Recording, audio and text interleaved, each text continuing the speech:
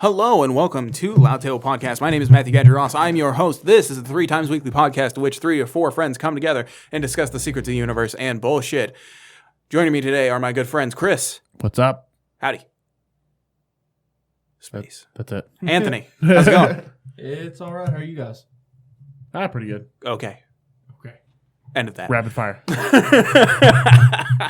All right, guys. Like I said, this is a conversational podcast in which we just discuss shit. Today our topic is somebody. Today we are talking about what is your favorite Pixar film. All right, guys. Let's get into it. Who wants to go first? I'll go first. Fuck Okay. all y'all. I'm taking this. Go for it. Not going to stop you. My favorite film is Up. I'll tell you why. I can hear your voice trembling. Nothing has made me cry that much since last time I watched Yuri on Ice. Right. We're never getting that out of us. Nothing that makes me cry so hard. The first 10 minutes or whatever, it just makes me weep like a small child. For those that don't know, by the way, spoilers, people. If you haven't seen any of these Pixar movies, get your fucking shit together. Like for real. But Up, man, the first 10 to 15 minutes of it or so, you see this little boy. This little boy's kind of like a nerd and an introvert or whatever. Like a Boy Scout looking kid. And he loves this adventurer, you know what I mean? Yeah. He's all about it.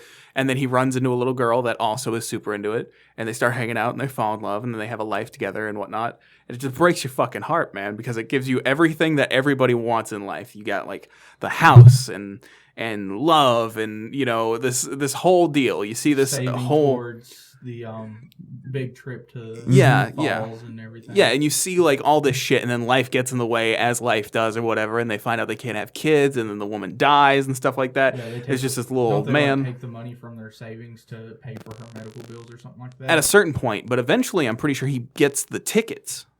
Right? Mm-hmm. Isn't that a thing? Doesn't he get the tickets and then she dies? I've just whenever they go to climb the hill. I want to say she gets the tickets finally, and they go to they climb this hill, and then she has a heart attack or something like that and dies. Yeah, she collapses. Yeah.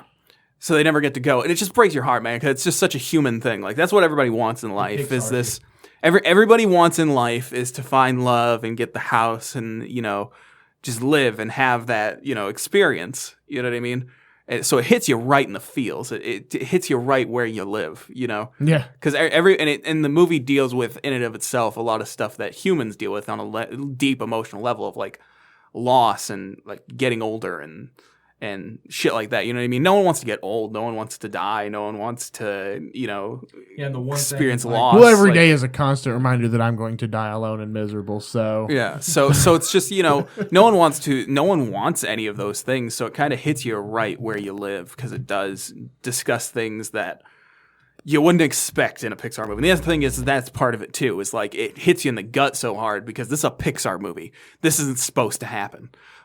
You're not supposed to get fucking checked into reality by this Pixar movie. Before the opening title. Yeah. And the other thing is it's so good because there's almost no dialogue after the first little bit of them meeting. There's almost no dialogue. Everything is told just through visual. And the scoring. And you're able to make your own assumptions and draw your own conclusions, The whole movie's based on him basically going through the 7 stages of grief, right? Yeah. I mean, if you want to dig deep into it, maybe. I don't know. I just watch it and enjoy it as a media, and I enjoy dissecting. Well, I enjoy looking at it from a critical perspective of why I think things are good, but I'm not going to get super pretentious about it and be well, actually, if you notice this is if somebody starts doing that to me, I just punch them. That. Thank you for that insight. There's just a certain point of pretentiousness where I'm just I don't care. Well, at this point, he's going through this phase of grief. Oh yeah. You're going to be going through some phases of grief when I fucking break all your teeth out of your face, nerd. Nerd! And then I push him to the ground and I break the glasses. And I go, ha! Like that. He's going to find a woman and fall in love. And then that woman's going to die. And I'm going to be like, ha, bitch! I'm in a floating house. I popped all y'all balloons, bitch. That's how that's going to go. Listen, Up is a damn good film entirely for Doug. I like that I love that I have water in my mouth, and instead of venting like professionals, you all just stare at me and nod. Well, I was waiting for some sort of like anyone else to follow up there. Well, my mouth so was I don't full have of a water. So yeah, experience. Doug's great. The dog, the Yeah. talking dog, and then the fucking what is he? He's not a Rottweiler. He's a Doberman. Doberman, Yeah. Doberman. The Doberman with the super squeaky voice. It's a Wario impression. Yeah, that's what my Wario impression of a dog with a super squeaky. Find them. that was Didn't he terrible. only have the squeaky voice after the little voice box got fucked up? Yeah, and then they fix. Well, he has that originally, and then they fix it, and it goes to like the super deep voice. devilly voice, and then I'm pretty sure it gets fucked up again if I remember correctly. And then he has like this kid, and it's like the kid that he never had. You know what I mean? Yeah. He's rolling out with this kid or whatever. Reluctant to spend time with him, but Eventually falls in love with this kid, and he's like, "This fucking kid. yeah. I know he's fat and Asian, and I'm very white, but I love this kid. I finally know how Angelina Jolie feels." You know? Wow. Yeah, that's literally, I'm pretty sure, the entire point of it. But yeah, Up is just, it's so good. And, it tackles very deep subjects in a very interesting and sometimes lighthearted way. You know what I mean? Yeah. It makes light of certain situations. And it's just funny in general, you know what I mean? And incredibly enjoyable for It's like- not just the kids who are like, oh, he made a joke about squirrels, ha ha ha, but also like the adults who are like, oh, okay, I understand this. You know what I mean? Yeah, it's a pretty good adventure story too, if nothing else. Like, Yeah. strip it down, and at the end of the day, it's still just a good, fun story. To watch. Yeah. And that's the thing is, like, I've watched a lot of children's media. I have no children, but I like child's media. I watch Adventure Time. I watch cartoons.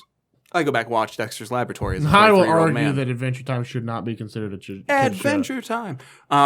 But like, yeah, so, I go back and I do watch and enjoy like childish media very often. But a lot of childish media nowadays is so fucking stupid.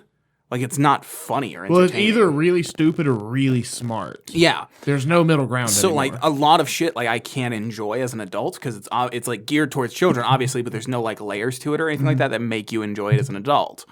Up is not the case. Up, there's so many layers to it that even though you're a full grown man watching this supposedly child's movie, you're like, oh, okay, there's stuff here for me to like as well. Right. Yeah, I think that's just product of a good producer understanding that. Not a producer. Producers don't do shit. Yeah, producers got jack. Director and writer, maybe, sir. Sure. The seducer / the It's producer just a product / of them seducer. understanding that the kids are going to be dragging their parents to watch this, so they want to make sure the parents are invested in it as much as the kids are. Listen, I don't know if you have forgotten you have a kid, and I'm pretty sure I've heard this kid listen to the same show every single weekend that she has ever come over since I've lived with you ever. Yep. So they have to make it tolerable for parents to watch it too. Yep. Maybe. When I like I said, I can't really watch a whole lot of child's stuff now because a lot of it's so fucking stupid and mind numbing that I'm just like, oh my god, kill me, somebody kill me, Yeah. But Up does it really well. What are your guys' choices? I was going to go with Ratatouille. Mhm. I love cooking. Like, End also of love story. cooking. Yep. Discussion done. I also Love love cooking. I love cooking. I love that movie's pretty funny. All things I also considered. really like Patton Oswalt.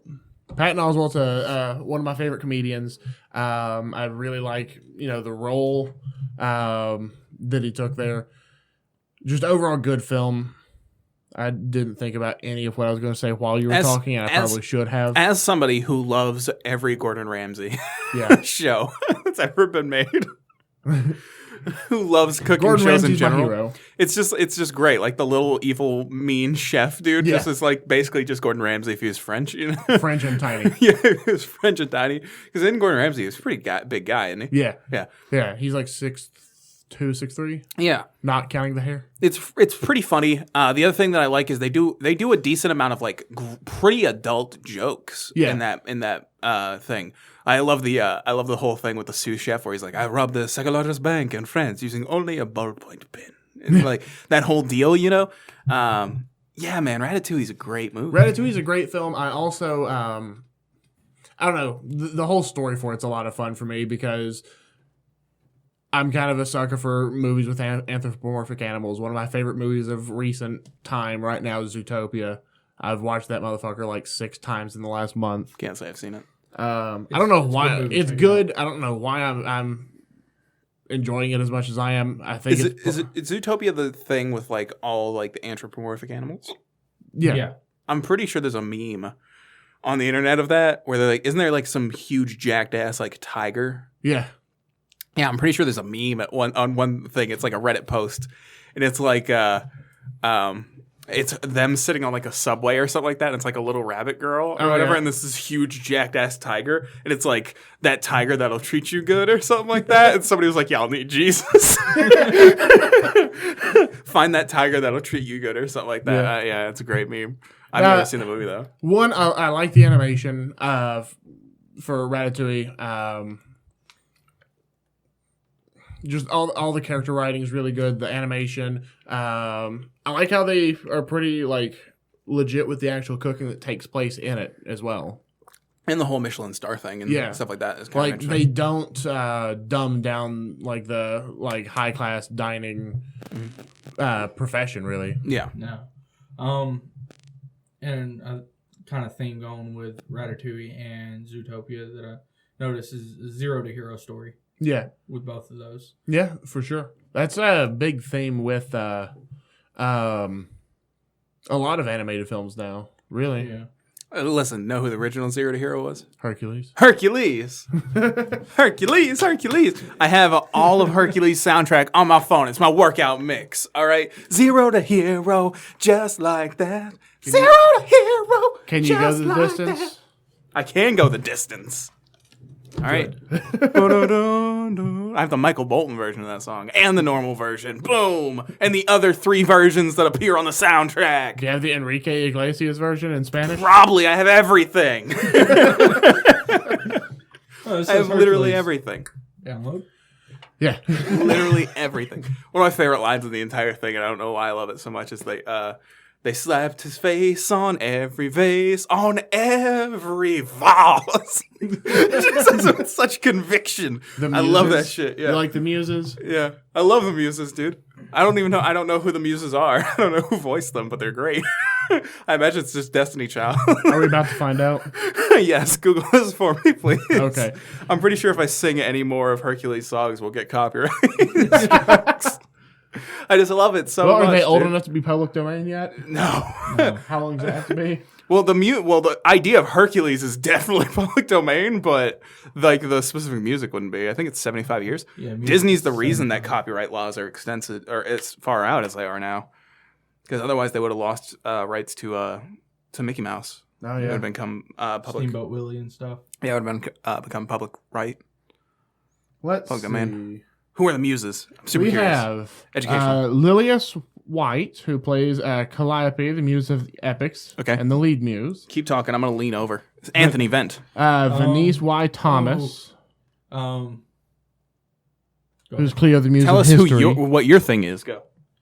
My movie is a hard tie between Jerry's Game and Wall-E. I don't think I know any of these people. Cheryl Freeman is Melpomene, the muse of tragedy, and LaChance is Terpsichore, the muse of dance. I don't think I know any of these people. I don't either. But go ahead. Sorry. Yeah, my favorite Pixar movie is a tie between Jerry's Game and Wall-E. Jerry's Game is just like a cute little thing where this old man's playing chess with himself, and it just, I don't know, it gets me. It makes Right. Makes me feel good. But Wall-E, I just like the whole story of basically he's on this planet all alone. Can I pause you real quick? Yeah. Just want everyone to know I had a moment of pure stupidity. So I'm on the IMDb page for Hercules. Click on one of the actresses' names from the show, trying to see what else she did. First thought that goes in my head when I open her page is, oh, she was in Hercules. Killing it. You're a genius. You're the greatest there's ever been. Go ahead. There should be a Pixar movie based off of your journey over those few moments. But without getting into too much of just basically doing a full rundown of the plot of Wall-E, that's something we can say for Not Your Grandpa's. Basically, I just love the fact of he's alone, he finds something, he gets taken to this place that's just completely alien to him, and basically rebuilds Earth off of that. Well, I love WALL-E because it deals with like a very kind of deep emotional concept of like loneliness. Yeah. You know what I mean? He is completely and utterly alone. You know what I'm Yeah. saying? Also, he's adorable, obviously, you know. But I like that concept, you know, of dealing with this kind of crippling loneliness that WALL-E has to face every day. Yeah. And I also like the basic theory of what would happen if we sent just a ship full of humans out into space if the planet was shutting down. Basically, that everybody would become 500-pound monsters that sit there and play on an iPad all day. Also, there's a lot of layers to that movie. Do you guys know that Charlton Heston was in Hercules Who was as it? the narrator? Huh. This is the 1997 Disney film, for the record. Cool. Sorry, I'm fascinated by things like Charlton this. Heston. Yeah, Charlton Heston. I might have said it wrong the first time. You know who that is? I know he made a plan to arm every man with a handgun. Ben-Hur, Who kills people, the gun or the man-home? Planet of the Apes. The best sword fighter in the land. Come and test me. This is an Asher Roth song.